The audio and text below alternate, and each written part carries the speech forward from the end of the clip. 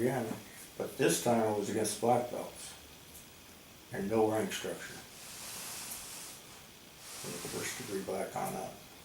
And I didn't know what their grades were. But I knew I had 5 black belts to fight against. And it didn't impress me a hell of a lot. I've been fighting against black belts at Okinawan black belts and Jack Rumbush and Jim Jacobs and Bridges at the dojo every night. And so I jumped right in there and I beat all 5 of the black belts the same way through them. And suddenly I was a first degree black belt. The same way. I didn't even know what to call it. I thought it was first degree, Ichi. Mm-hmm. That's number 1. Right. So it's the first one, so that must be Ichi. Dan I knew was black belt, the Dan was a black belt. So I figured I was an Ichi Dan. It wasn't until I got back to the dojo that Matsumoto explained to me that no, that I wasn't an Ichi Dan, I was a Shodan. First time, and went from there. It wasn't until, in fact, I won I was an EQ when we won the Yukon Islands Championships. First degree rumble. That was before I got the Batsugan for the black belt, first degree black belt. All of us were, except for Grandmaster and Bridges. They were the only 2 black belts on the 5-man team. The rest of us were all browns. Well, 3 browns.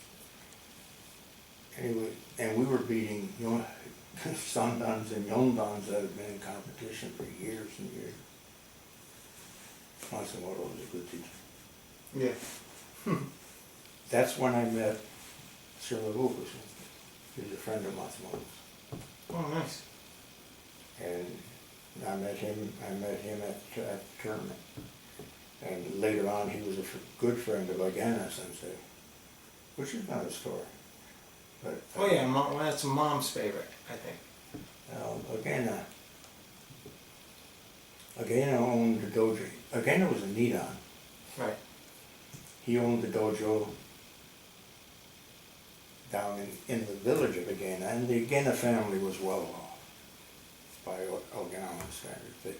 They owned Tengen, the entire base, and the village of Agana. And the base was leased from the family by the Marine Corps. He's the only guy in town who owned a car. But again, opened this dojo up, and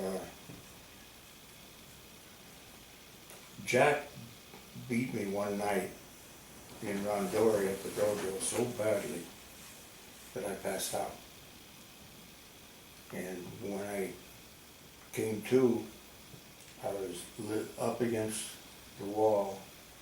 Matsumoto was giving me kwapo, breathing exercise.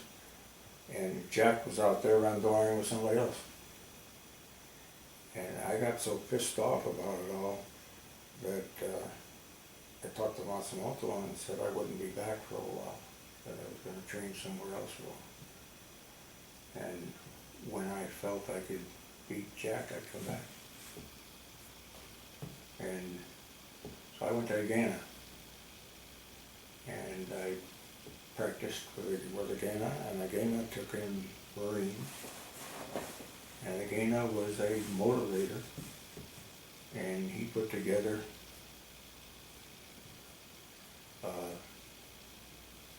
Mike Smith, who was from Matsumoto's dojo. He quit at the same time I did. He came down to Agana also. Mike was the second. Jack didn't compete with us in the monthly tournaments. I always tell you, every month we had a tournament in the dojo. And your name board got moved up according to your place in the tournament. And I was first place and Mike Smith would be second. And he had come up the same way I did. He was a green belt coming from San Diego that came into Matsumoto's. And got promoted very rapidly also. But Mike came to Gaines along with me, and we trained very, very hard for almost a year. And then Jack came down to do an exhibition match against us. And I was able to beat him down there. The good story there. Red Richards was one of our brown belts from Medina. Red was a practicing alcoholic, but a good judo player. He got out there to fight Jack first, and when they tied up, Jack made a face and pushed him away, and he said, "Red, you've been drinking." And Red said, "You think I'd fight you sober?" "No." And jumped in, and Jack turned him over real quick, but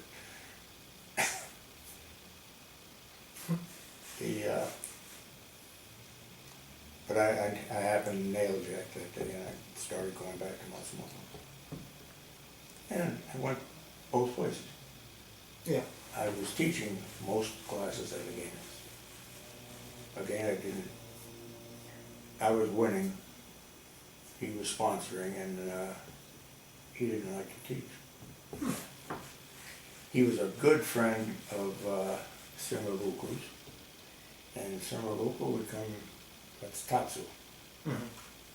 Tatsu was the old man. Tatsu means dragon, Right. little dragon. But Tatsu would come to the dojo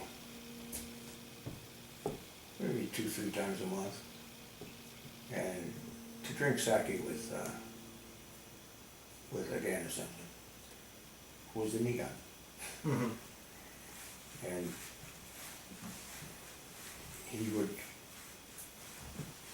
come in and he would watch us work out, and then the guys that had bad shoulders or arms or backs or something like that, Tatsu would do massages on them, and would take a gratuity for it. But he became friendly with most of the Americans that we never knew, except from Agena and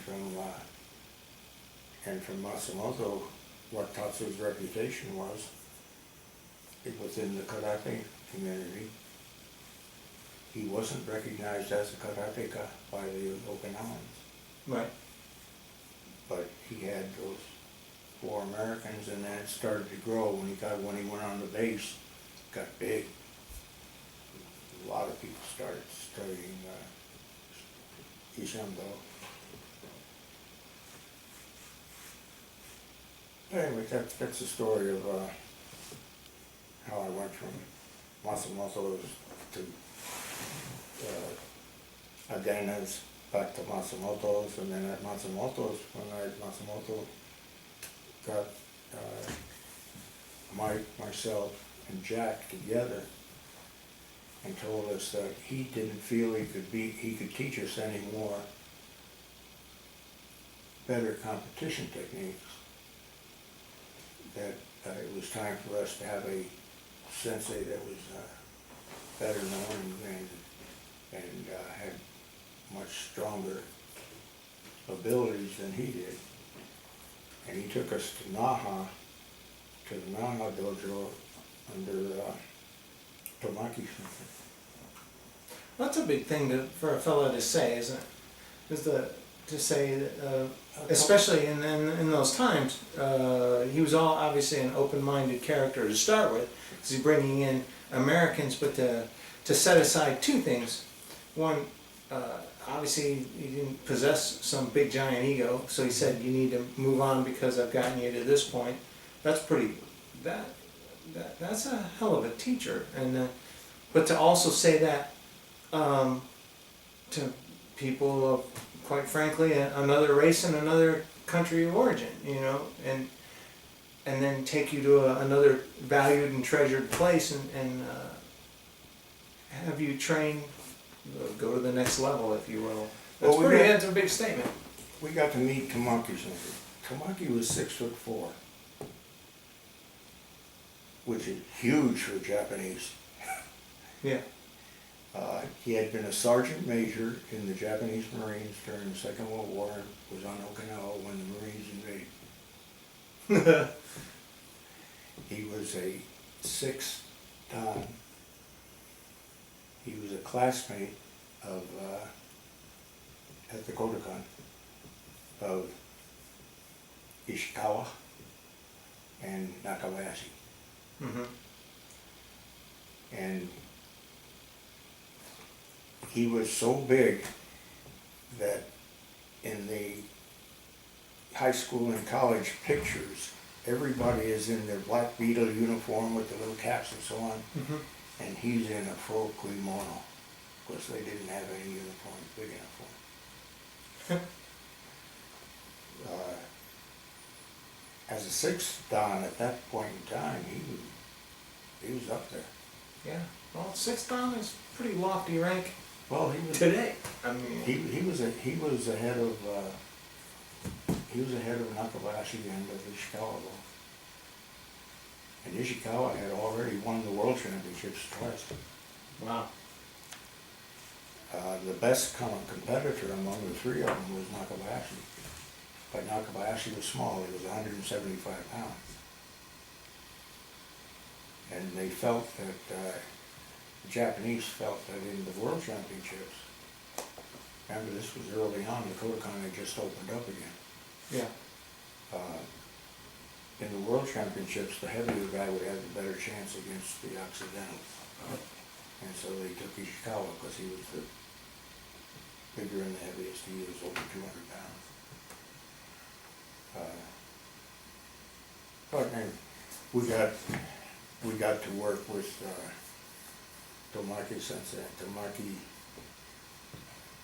Tomaki had some competitors under him that were awesome. Just never put them together as a team. He taught individuals. He had a class though of people that would come in from all over the islands and work with him. And we became quite tight, quite friendly. You might need to talk up a little bit more. You're I'm relaxing. starting to die down. You're relaxing, because the room's really warm here. Now, Tamaki was a very unusual individual, very, very strict, very tough. He trained people that were. He had one fighter there that was a 4th Dan that was well known all over the islands. He was blind. And they had to come out and touch fingers with him at the beginning of a match. Yeah. They would touch fingers and then the match was on. And he's a real good competitor. But I got to compete against the very best in the Ryukyu Islands. Back then, Yoshinori Higa, who took the Southern Japanese Islands Championships in 1956, late 1956. He won fighting against the team from Kagoshima, which was the toughest high school team in the nation. The guys from Kagoshima came down and they wiped out the Okinawans except for Higa, and Higa took the overall championship.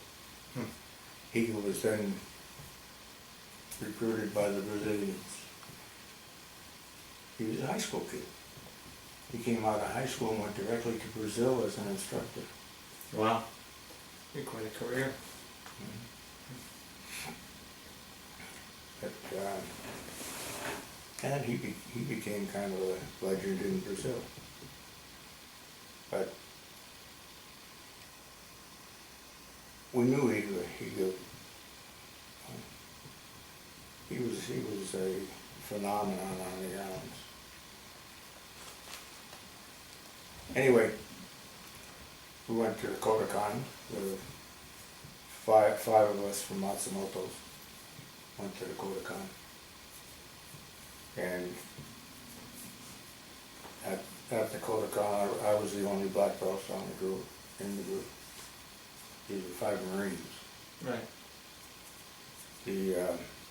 The Air Force already had a contract, had just signed that year, a contract with the Kodokan to train hand-to-hand combat instructors for the Strategic Air Command under General LeMay and Curtis LeMay and Powell, General Powell, who were the heads of Strategic Air Command. And that was the first organized armed services instructional group. And they were trained as instructors to come back to the States.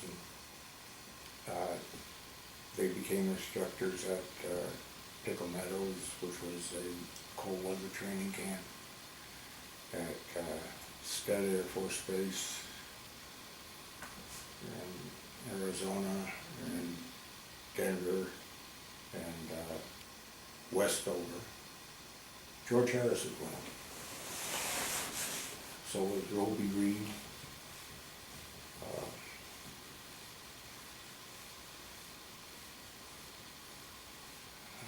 Several of the other really, really great American competitors in that group. But they didn't get to work on the main floor like we did. They were a separate group under contract to learn hand-to-hand combat. They worked in a separate room under separate other instructors. Mm-hmm. One of the instructors that we both had was Keiko Fukuda. Oh yeah. Miss Fukuda was the first and the senior female black belt. And she was the only female that was allowed to work with men. She was quite a beautiful young lady and good personality and all, and she hadn't come to the States yet to live. She had been in San Francisco, had visited and had taught there, and later made her whole life there in San Francisco. And she became a national treasure. She just recently passed away this last year. I got to know her then when she was in her 30s, and I got to know her again when she was in her 80s in San Francisco. She was just as beautiful a woman in her 80s as she was a young girl. She lived out some good years. She was well honored. They treated her still a lot of knowledge, but they I don't know. She broke ground. Yeah, sometimes when people get to a certain level and then certain value status, you know, I like just the way people just treated her, and you know, they would actually like hustle chairs for her and stuff like that. You know, Oh yeah, I mean, she was the greatest of all the kata experts, and proved it. Any team that she coached won. And we've got a picture of she and your brother and I. Yeah. There in San Francisco. Nice. Her memory was awesome. She was suffering from Parkinson's, but was still on the mat every night. They had a wheelchair for her, and she had a chair right on the edge of the mat, and she taught the class in that little, she'd been in that little dojo for over 30 years. And she was mean. she was strict, and those women were scared to death of her. but her classes were all female classes. And she remembered me when I came in. Wow, that's way cool. It was because I walked up and I reintroduced myself to her. She 1956. She remembered I was one of the Americans that had been there. Yeah. And she asked me, Nandan, what dan are you now? And I told her Hachidan. And she was very excited about that one of her, quote, former students had gotten up to 8th degree. Yeah, that's cool. It was,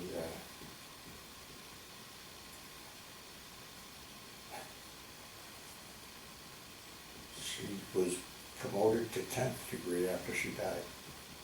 That's how it usually happens, isn't it? Yeah, it's almost always post. Yeah, very rare. There's only been a few. Most, during her time, no woman had ever been above 4th degree.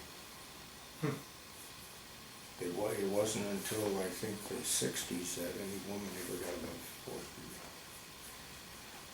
degree. Yeah. Well, how you feeling, Dad? I'd like to take a head break. Yeah, well, that would be nice.